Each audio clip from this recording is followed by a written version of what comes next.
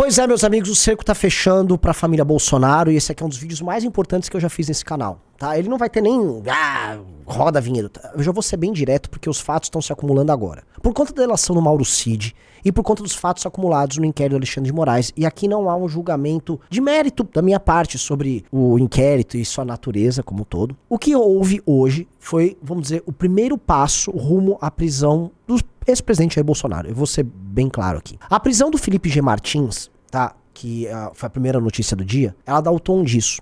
O Felipe G. Martins foi o arquiteto da minuta do golpe, mas antes de tudo ele foi o arquiteto do golpismo dentro do governo Bolsonaro. Ele foi um dos caras que ficava comendo a cabeça não só do Jair, mas do Eduardo e dos outros membros da família, e que ocupou, vamos dizer, um escritório logo ao lado da sala do presidente, em que ele ficava despachando seus planos malucos, que davam conta da ideia de vamos aparelhar as polícias durante a pandemia, vamos nos chocar contra a Câmara dos Deputados, vamos pra cima agora do STF, achando que ele era um grande Rasputin, né? Um cardeal Richelieu, um cara que estava movendo as peças ali. No fundo, ele movia as peças porque eram as peças que estavam na cabeça do Bolsonaro, e a cabeça do Bolsonaro não tem muitas peças, if you know what I mean. Não era um cara exatamente muito inteligente. Então, ele foi sendo conduzido com sua sanha, que é autoritária, mas também com sua vaidade profunda, a achar que ele seria, vamos dizer, com o povo aclamado e com os militares guiado para permanecer no poder e prender e derrotar quem ele não gostava. Felipe G. Martins, que eu preciso colocar aqui, era um dos responsáveis por aquela denúncia mentirosa contra o MBL, que levou 2 pessoas presas injustamente, que foram soltas e absolutamente inocentadas, que tentou me prender, e eu ganhei de cabo a rabo ali na justiça, que tentaram acabar com o MBL e perderam. Então, alguém que eu não nutro, vamos dizer, nenhuma solidariedade. Uma pessoa que faz isso contra um movimento de oposição, que jogava contra o bolsonarismo dentro da lei, por se opor a certas políticas que ele tomava, e que foi respondido com perseguição autoritária, é um cara que não tem condição nenhuma de reclamar de Xandão. Ele só tá provando do próprio veneno. E se esses caras tivessem dado o golpe que eles queriam, na prática, a gente tava vivendo coisas como o inquérito do Xandão em escala muito pior, tá bom? Isso precisa ser colocado aqui. E eu sei que algumas pessoas são bolsonaristas e não assistem e no fundo falam assim, pô, mas se fosse o Bolsonaro fazendo isso, ele estaria fazendo justiça do jeito certo e tava pegando, na verdade, eram os caras do lado de lá. O Bolsonaro teve no poder e os caras do lado de lá só se fortaleceram. O que a gente sabe, no fundo, é que o Bolsonaro queria tá lá, e se ele só pudesse ocupar um naco do poder e ficar rodando, andando pra lá e pra lá, e não ser afetado em sua vaidade, em suas vontades, tava todo mundo ganhando junto. Foi o que o Centrão entendeu e ganhou muito em cima do governo Bolsonaro. Mas o que interessa aqui é o que foi descoberto e o que está sendo revelado hoje com essa operação. A minuta do golpe não foi apenas redigida por Felipe G. Martins. Ela teve a participação e a alteração feita pelo Jair Bolsonaro. E ela incluía na sua ordem de prisão não só o Alexandre de Moraes, mas o Gilmar Mendes, que é outro ministro do STF, e é um dos ministros mais influentes ali dentro, e também o presidente do Senado, Pacheco. Bolsonaro mandou tirar o Pacheco. Aparentemente havia anuência e participação de nomes do círculo militar interno do governo, como por exemplo o general Heleno e figuras da Marinha ali, o Olsen. O que isso quer dizer? Que havia, obviamente, você está falando aqui, elementos fundamentais das Forças Armadas, gente da inteligência palaciana, a gente tá falando o chefe do GSI, Gabinete de Segurança Institucional, que era o Heleno, o Felipe G. Martins, que era o estrategista, e o próprio Bolsonaro participando não só da minuta, mas do estratagema montado para, enfim, negar o resultado das eleições e sair prendendo os envolvidos. Isso era golpe, galera. E eu sei, assim, você é uma pessoa de mas olha só, isso era golpe, cara. Você quer falar o quê? Não tem muito o que falar, isso era golpe.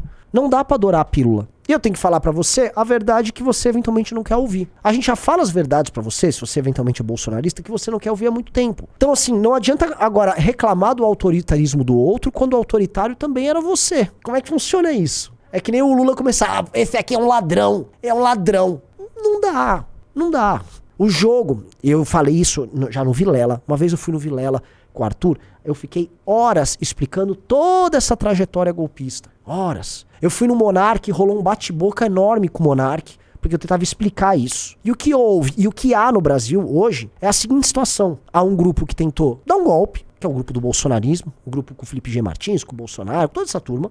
E há um grupo do sistema que se organizou numa espécie de um contragolpe, que é o inquérito do Alexandre de Moraes. O sistema se organizou nisso. O sistema era mais forte do que eles, porque eles eram toscos. E o sistema começou a vencer eles, primeiro destruindo a Lava Jato, que era um problema pro sistema, e depois enquadrando o bolsonarismo. O Bolsonaro tentou reagir 2 vezes. Uma com a pandemia, em que ele tenta aproveitar aquele clima ali pra vamos dizer, gerar uma sublevação. Isso já pegaram, inclusive, com materiais dentro da casa do Alan dos Santos, em que ele tentava criar, vamos dizer, agitadores regionais, com polícias e tal. Não deu certo, o Bolsonaro organizava manifestações para isso, também não deu certo. E aí veio 2021 com aquela manifestação do Eu Autorizo, manifestação de cunho golpista, que não deu certo, o Bolsonaro terminou chorando no telefone para Alexandre de Moraes. E aí ele já tava falando do lance da urna. E ele trouxe a história da urna, que é uma grande imbecilidade, porque a urna não foi fraudada. E esse é o grande problema, a urna não foi fraudada. E aí eles ficaram, né, a urna fraudada, ficaram trabalhando nisso. E aí ficaram criando essa briga com o STF para, no fim do dia, tentarem o que eles tentaram. Não deu certo, fracassaram, deixaram a massa de pessoas nas ruas e essa massa de pessoas nas ruas foi,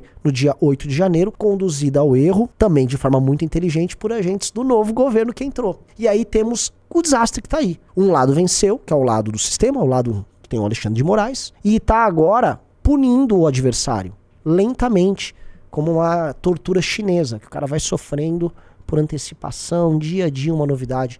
Só que agora o circuito está muito fechado. A base de tudo isso foi as delações feitas ali com o Mauro Cid e outras provas materiais que eles foram colhendo ao longo do tempo. A gente acabou de descobrir que o Valdemar da Costa Neto foi preso também por uma posse de uma arma ilegal. Isso é menor, mas ao mesmo tempo representa muito. E representa muito também porque houve uma operação contra militares. E a gente sabe como as Forças Armadas não gostam que, vamos dizer, que avancem sobre elas. Então esse é um dos momentos de maior crise na democracia brasileira, isso a gente pode cravar com toda a tranquilidade, tá? Mas é um momento clímax de tudo aquilo que começou lá em 2013. Em 2013 começou uma revolução popular, em 14, 15, 16 a gente derrubou o governo que havia em questão e havia uma lava-jato depurando todo o sistema de corrupção que havia. Aí um homem surge, que na verdade não surgiu do nada, ele tava lá desde sempre, que era o Bolsonaro, mamando. E esse cara surge pra se aproveitar disso, engana as pessoas, faz um governo ruim e tenta dar um golpe de Estado achando que ia resolver tudo com o carisma dele. O sistema se reorganiza pra enfrentar tudo isso e vence e vira o jogo e transforma o jogo num 7-1. Que é exatamente isso que a gente tá vivendo, tá? É tudo muito triste, tá? É tudo muito bizarro, mas eu não me compadeço por quem está sendo hoje alvo desse tipo de operação. Volto a colocar para vocês. Gente que tenta fazer o mesmo método que os outros usam contra eles, e de maneira ainda mais sórdida, porque eles dispunham de ainda mais poder, é gente que não tem condição de reclamar de nada, tá? No fundo, para aquilo que a gente chama de direita, a saída do Felipe G. Martins e de outras dessas figuras é uma bênção. Que aí gente honesta, séria e disposta a fazer um trabalho de longo prazo e não golpista vai poder prosperar. Só queria lembrar, tá, que a turma que tá sendo presa agora é a turma desse palhacinho que você tá vendo aí na tela, tá? Ah, tá em choque! Tá em choque! Tic-tac! É a turma que perseguiu o Nando, a turma que perseguiu o Danilo Gentili, é a turma que nos perseguiu, a turma que pediu emprego de todo mundo, é a turma que fazia exposed, é a turma que ficava conclamando galera da porrada em qualquer um do campo da direita que não fosse bolsonarista. Muita coisa feia aconteceu com esses caras. Esses caras se apostaram num vale tudo, porque quando eles chegaram ao poder com o Bolsonaro e viram a dimensão de opções que eles tinham à disposição, piraram. Você sabe a índole do homem quando você dá poder pro homem, não é? Quando você dá poder pra alguém, você sabe quem é a pessoa. E eles, quando o poder chegou ali, eles se lambuzaram. Foram autoritários, ganharam muita grana, ficaram lá viajando pros Estados Unidos, tirando foto com o Trump. Ai, olha só. Foi muito gostoso, né? Mas não tiveram inteligência pra lidar com isso. E política é um jogo de longo prazo. Eles tentaram acabar com o MBL e o MBL tá aqui. Tem uma missão sendo construída, Escola Superior de Líder, academia, milhares de lideranças novas agora, florescendo no MBL. O grupo que acabou. Porque a gente sempre olhou lá na frente. A gente nunca se lambuzou no mel da política. A política, se você quiser se lambuzar, se você quiser ficar em um mandato rico, é a coisa mais fácil do mundo. Se você quiser ser um vagabundo na política, assim, todos os estímulos estão lá. E esses caras, eles não resistiram. Eles, meu Deus do céu. Então até deve estar com diabetes de tanto se lambuzar, tá? Na doçura do poder. Agora, porém, né, estão tendo que pagar o preço. E não será da minha parte que você verá solidariedade com esses caras, tá? E pro Bolsonaro, que vai ser muito possivelmente preso, fica aí a lição, né? Esse cara teve tudo na mão para poder fazer o que o Milei tá tentando fazer na Argentina, o que o Bukele faz em El Salvador. Ele teve tudo na mão. Ele poderia, dado o apoio e o momento histórico que o Brasil vivia, ter sido o maior presidente que esse país já teve. Só que ele nunca vai entender isso. Porque ele nunca sequer teve a dimensão do desafio e da grandeza que é ser presidente da República do Brasil. E aí, no fim, vai ficar aí agora fugindo da polícia. É isso, meus amigos, esse foi meu recado. Beijos e abraços para todos vocês.